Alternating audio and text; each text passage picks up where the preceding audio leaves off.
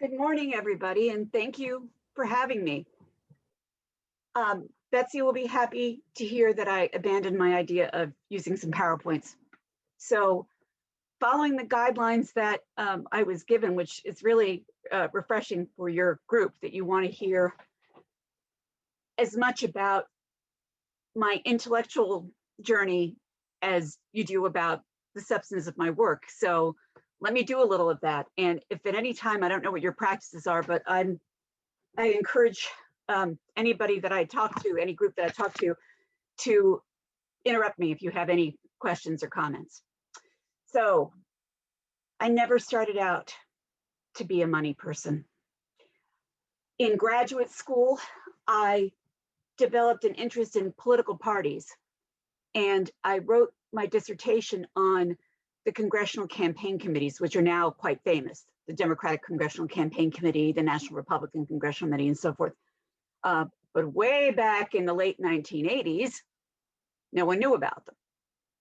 And it turns out that the reason you know about them today is because of how they adapted to campaign finance innovations. So now you think of them as being some important players in elections in terms of the money that they raise and spend. But that's not actually my original project. Was about the role of these campaign committees over time. So I'll give you a little dose of history, which is a problem for political scientists. They don't normally give you a lot of history. So it turns out that the origins of these committees, the first one is actually the National Republican Congressional Committee, and it's formed in 1866. And it's relevant for what just happened yesterday because it was formed by the same group of Republicans that were impeaching or were going to impeach Andrew Johnson. So Lincoln gets assassinated. And now here's this vice president from Tennessee that the party hardly knows. He's going to go ahead and do Reconstruction. And he decides that it should be quick and it should be relatively painless, that the war had been long and so forth. Well, the radical Republicans, some of them famously from Pennsylvania and Michigan, this is not what they signed up for. They became so angry with Johnson that they eventually moved to impeach him. But more importantly, they decide that there is no way they can conduct a midterm election campaign with a person at the head who's in charge of the party apparatus, such as it was, that didn't agree with them. So they formed their own organization, and they organized a speakers bureau, and they made it clear that they weren't, you should vote for them because you don't agree with Andrew Johnson, not because you support him. And my research found that the reason that these campaign committees endured is because when the presidential party was your party and things were going well, and then it was great. Then you could let them lead, you could let them fund things, it would be fine. But if the opposite party was in power, or like with the Johnson split, you didn't agree with them, then it was better to go your own way. And so the apparatus, the groups always did something. They changed what they did that was appropriate to the times. So for example, before or about the age of radio in the early part of the 20th century, several of them employed a full-time cartoonist. You would send them your biography, and they would make one of these things. I'm sure you've seen them where the person's in the middle and there's all these kind of balloons around. You know, he started as a poor this, and then he became a that and the other, you know, and because it would be newspaper ready. So that person would make these kinds of things that you could send directly to your paper and put them in. So then they do TV, radio anyway. So 94 comes along, and suddenly now they're in the money business because they had never really been a significant player. So I end up having to learn about campaign finance if I'm going to continue to do any work on these campaign committees. And now I hope I'm at the end of a book manuscript with my co-author, because we've been working on this for several years, of a book called The Fundamentals of Campaign Finance. And this is a book that we wanted to write that explained how the system that we have today is it's maybe not effective, but it makes sense. It's logical about how it emerged, and it's explicitly not a reform book. And the more that I've been writing this book, I have to say, I was never a big campaign finance reform person before, and I'm even less so now. I'll get to why. It's not because of the reasons that you may think. So, on the reason, of course, that campaign finance became important to political parties is motivated a lot by Anthony Downes's work that some of you might be familiar with, called An Economic Theory of Democracy. It's published in 1957, and it's a rational choice model about how parties work. In any way, the bottom line is that Down effectively demonstrated that parties want to win, and so the content of what their platform is going to be is changeable or adaptable according to winning. Okay, fine. Then I was influenced by, this is the last book I'll talk about, a book you might not know, but you might know the name of the academic. His name is Thomas Ferguson. He's at University of Massachusetts at Boston, and he writes a lot in Mother Jones and The Nation. But he's written a book called Right Turn, but the one that influenced me the most is one called The Golden Rule, for he who has the gold rules. And Ferguson's observation, it kind of relates to, all right, that's true that the parties want to win and they want to put themselves at the median voter. But you've all made the mistake, Ferguson says, of thinking that you can take all of society and array them along a big ideological space and pick the person in the middle, and that's where the parties go. What you've got wrong is that the investors determine what the parties are about. So wherever the investors back, that's the middle. So it doesn't have to be literally financial investors, but it often does. Who is it that wants the status quo to continue, or who doesn't want certain issues discussed? Those are the investors. And so you need to then focus on who they're supporting and who they're not supporting. So one of my favorite complaints from my students over the years, you didn't hear it in the last 2 elections, but before that, they would take these online ideological tests and they would always end up matching Ron Paul. And they would say to me, well, if so many of us match him of this libertarian view, why isn't he doing better? And I would then say to them, well, when you were done with that survey, did you send him $25? And they said no. And I said, that's why. Because the people who support Ron Paul are not part of the investor group. Name me any investment firm or banker who wants to go ahead and invest in Ron or Rand Paul, saying, if the banks fail in the global financial crisis, let them fail.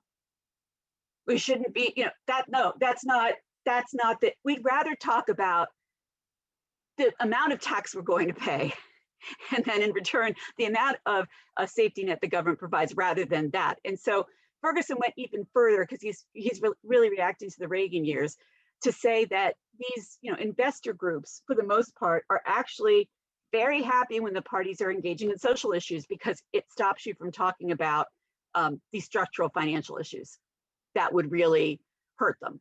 Much like what you'll see today. I mean, this is what is so interesting about the Biden administration. I think finally, one of the lobbies that has become really fundamentally entrenched in both parties for different reasons is the oil fossil fuel industry. That this is going to be, there's just not going to be anywhere for them to go. It's not like there's nothing that the Biden administration gains by giving in to them anymore. They're an anachronism in that, and there's a lot of special privileges. If some of you recall, Mitt Romney in 2012 was all about closing the loopholes for corporate welfare, except for the oil depletion allowance. So it was really entertaining to me at the time.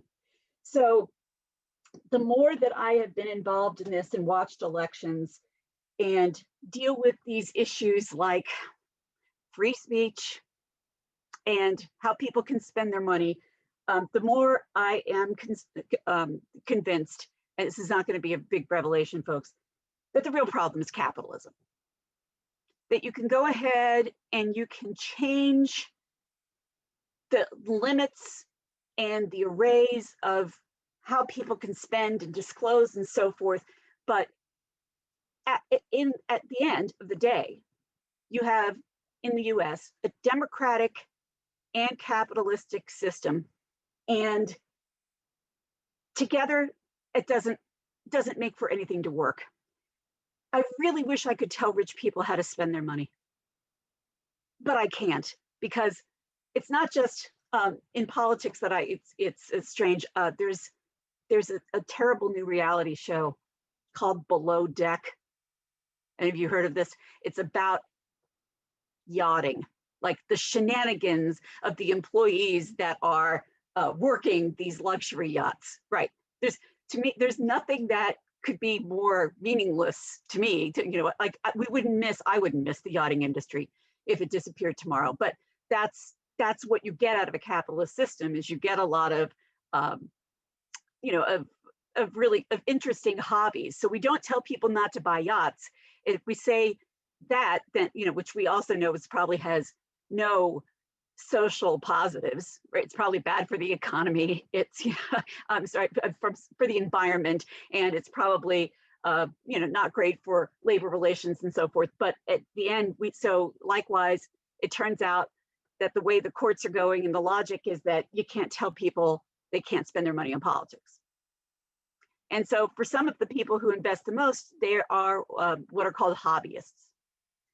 And also, I can tell you that if you look around the world at anywhere where there's a public financing regime, and you say you're a democracy, guess what? You always have more money in the system than you think you do. You always have a scandal. Germany had a few before. There's always a Berlusconi emerges, something like that. So I just don't think it's reasonable to think that you can pass some law and make people behave in a way that you think is fair. So let me talk about the things that have bothered me the most about the focus on campaign finance when we discuss elections. So the first is that I think money is a distraction. I can't tell you, and this goes into the second thing. One of the things I said in the talk is I talk about how the FEC can't do anything. Look, cut to the chase. It is impossible for the FEC to be on top, Federal Election Commission, of all the fancy accounting shenanigans that these firms are capable of. Either the firms who do the investing, the PACs and their soft money operations, or the candidates themselves. So I would submit to you that it is extremely easy for me to trick you into thinking that I have a lot more money than I do, or that a lot more money is being spent by my organization making the threat than it actually is. One reason for this is because a lot of the law allows generous transfers, and that's become a little hobby of the parties, is that one wing will raise the money and count that as money raised, and then they'll transfer it to another party organization, which will then say they raised that amount of money, and they might transfer it again. So you see there's a lot of double and triple counting. The other thing that political scientists have found is that if you look at the timing of contributions, lo and behold, everybody gets really excited. And you've gotten these emails, I'm certain of it, like 3 days before a filing deadline. It's so urgent that we make this deadline. Why? What's the urgency? It doesn't really matter over a 2-year campaign or a 6-year campaign exactly when the money hits. What matters is after the filing deadline, the journalists are looking up all the reports, and that's what the news headline is going to be. Somebody's behind or somebody's ahead in receipts. And so that becomes a way, an alternative polling mechanism. So we haven't asked about what they've spent it on. I also remember when Brendan Boyle ran for Congress from the 3rd District, Northeast, and I guess now he's more mostly Northeast Philadelphia and a little bit of maybe a little bit of Monco, Bucks, the little slippers. It used to be more of that. And he was running against Marjorie Margulis Mizvinsky and Dalen Leach in the primary. At that time, the district was half and half Montgomery County and half in the Northeast. And Mizvinsky, of course, being who she is anyway, but also the in-laws of the Clintons, really didn't have any issue raising a whole lot of money very quickly. And the Inquirer ran an article talking about the totals, and was almost dismissive of Brendan Boyle because his receipts were so much lower. How could he possibly think he's going to do this? Well, if you remember that primary, Brendan Boyle won that primary not by 34% in the three-way primary, but by 50%. And the reason is that he'd already been a state legislator, but he knocked on every door in the Northeast. And he let Leach and Mizvinsky duke it out in Montgomery County, and it worked beautifully. So here's an instance where the one that either because he couldn't raise the money or by design didn't raise the money ends up winning. And there are many examples of this, because I think often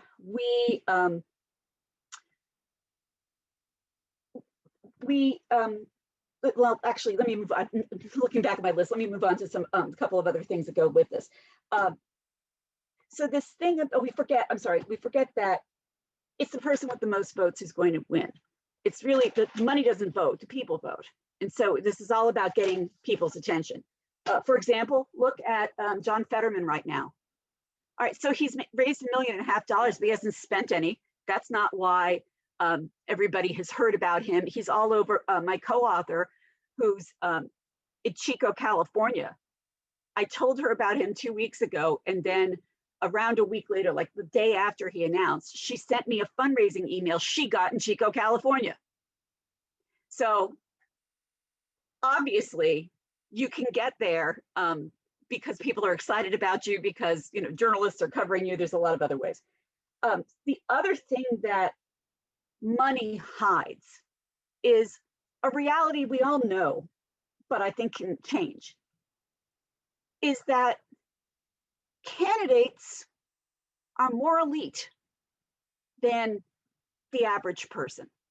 So a lot of the arguments about the unfairness of the playing field is that, well, then ordinary people's concerns don't get heard. Well, likewise, ordinary people don't usually run for office.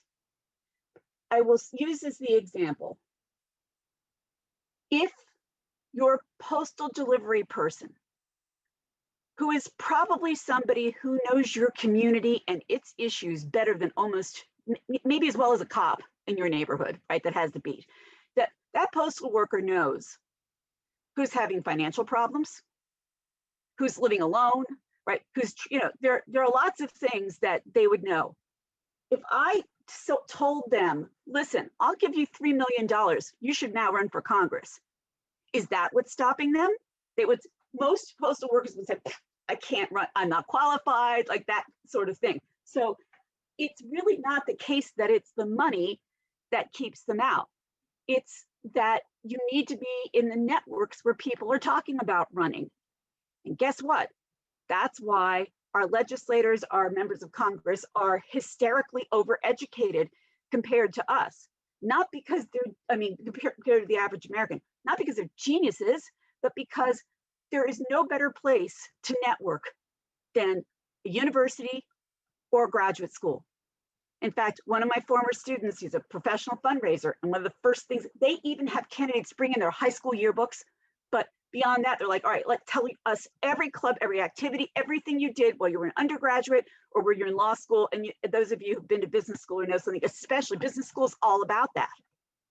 It's about making those connections. And yes, everybody who then knows you is not only a potential donor, but they're a potential endorser. And so that's how these candidacies normally emerge. I lied, one more book.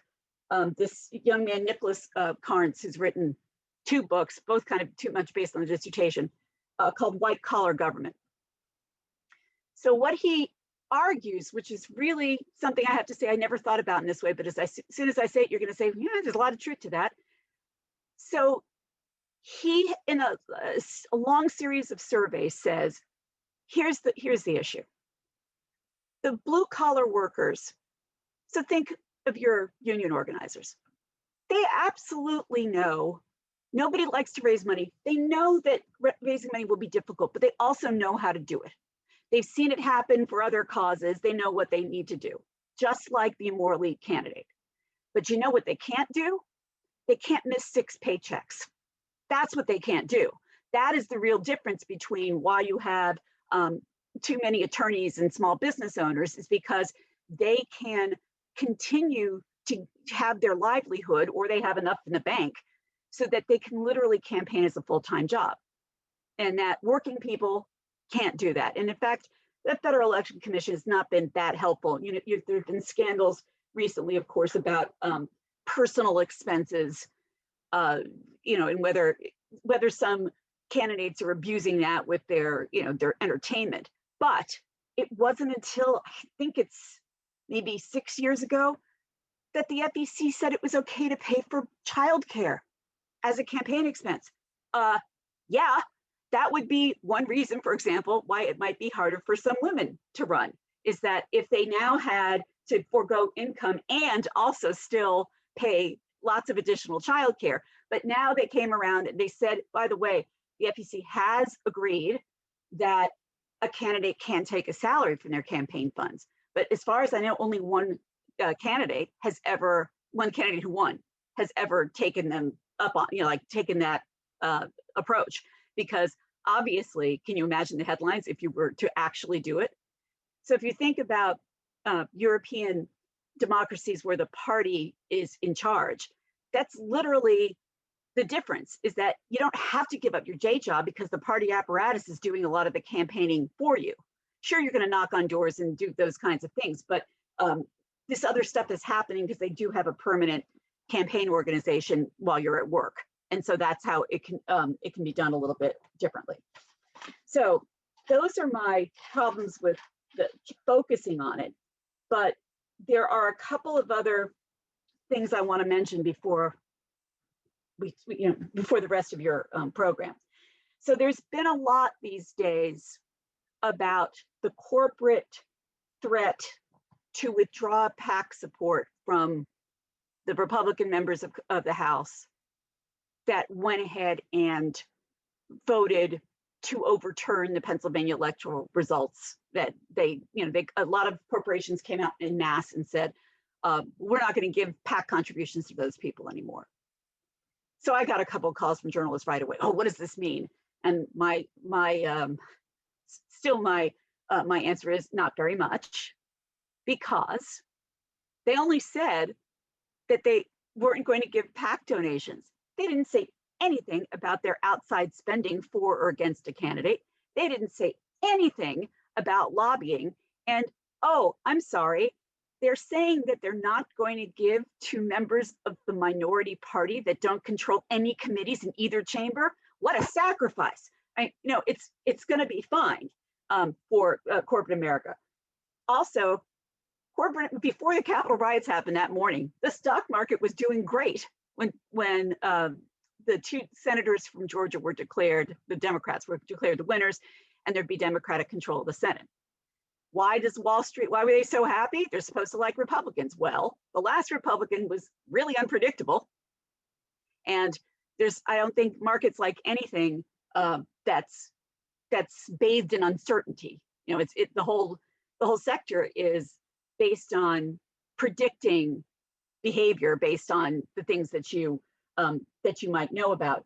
But the other thing is, didn't say anything about lobbying. And I'll tell you right now, as much as you think that, and it's true, that corporate interests spend more money in elections in terms of dollars than labor, let's say, or any other kind of ideological left-wing groups. So we have found in writing about this that the corporate sector will spend, as much as they spend in elections, they will spend 4 or 5 times that amount on lobbying. The opposite is true for unions. So it's a question of relative investment. So the unions will spend very little or almost nothing on lobbying Congress. And then whatever amount you're seeing that they're spending on elections is the lion's share of what they're doing. Because there's a lot of reasons for that. Another group, by the way, that has that profile is Planned Parenthood. But that is because, as many of you probably know, Planned Parenthood does plenty of lobbying, but at the state level, not at the federal level. So the federal is about funding. The states are the ones that use the federal state match and actually work with them on administering their various programs. So the lobbying is still intact. And again, if they really want to make a case for one candidate or another, they will do whatever outside spending, that without colluding with the party that they want to do. And some of them have proven very capable of that. But I want to tell you what I think is really going on with the corporate sector. And by the way, I keep coming back to that because the other thing you all knew this already, but when I put it in bold relief, it maybe takes on a different meaning. One reason, I think, the main reason why most Americans think they're pro-business or at least indifferent to the advantages that they know businesses have in the United States is that 84% of Americans are employed by the private sector. So Ronald Reagan was successful. He absolutely shrank the size of the public sector. You know now, of course, that we have all sorts of private companies that get government contracts and do government work. The Pentagon is full of contract employers, but more broadly, I think it was used to be, it's defunct now, but a very important political action committee called BIPAC, the Business and Industry PAC. And the woman who ran it in DC said, well, 75% of Americans have retirement savings in the stock market. So when we go ahead and say something about a candidate, people listen. So in 2014, well, after 2014, but when the 2014 midterm elections, it's nice, midterms are a little easier to contain in studying. We found a really interesting thing that's going on, which is actually reflective of the Republican Party's challenge at the moment, which is that the United States Chamber of Commerce, which, as you know, represents an agglomeration of business interests, had really had it with the Tea Party wing of the party. And if you recall, it was during, I think it was after 2012, especially 2012, 2013, when the Tea Party people started to decide that it was a good idea to vote against raising the debt ceiling. That became a litmus test issue for the business community because that was insanity to them. It showed you didn't understand anything about that. That was money. The argument was, we don't want to have any more government spending. But of course, this was about paying off bonds that we'd already issued long time ago. And that's why you haven't heard about it pretty much since then. So anyway, to make a long story short, the Chamber of Commerce went after 7 Republicans in primaries that they knew they thought they could get. That's the nice thing about the private sector also is they don't feel any obligation to work in all of the districts, but they saw some opportunities where, all right, the Republican's going to win in this district. So where can we find what we consider our kind of Republican, a Kasich, a Bush, a Christie, somebody who understands these macro trends. And when they invested in those races, they won.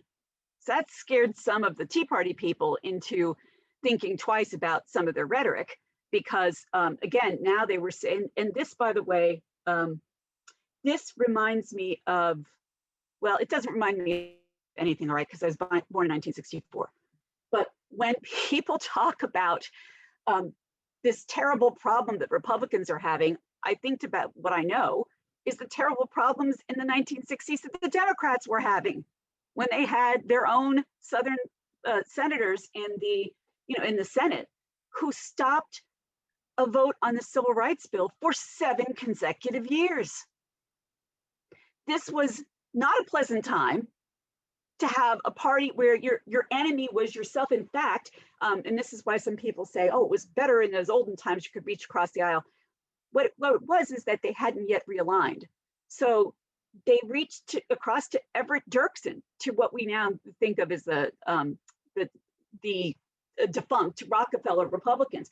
And that's how they passed the Civil Rights Bill, is that they used, the Republican assistance on the moderate end to get it across. But when the parties then realigned, ultimately in the 80s and then finally in the 90s, Southern Democratic conservatives became Republicans. And so the Democratic Party doesn't have that same problem. You might say they have a different problem today between what you would consider the moderates and the progressives, but I think that you're going to find that it's much less of a problem than what the Republicans have.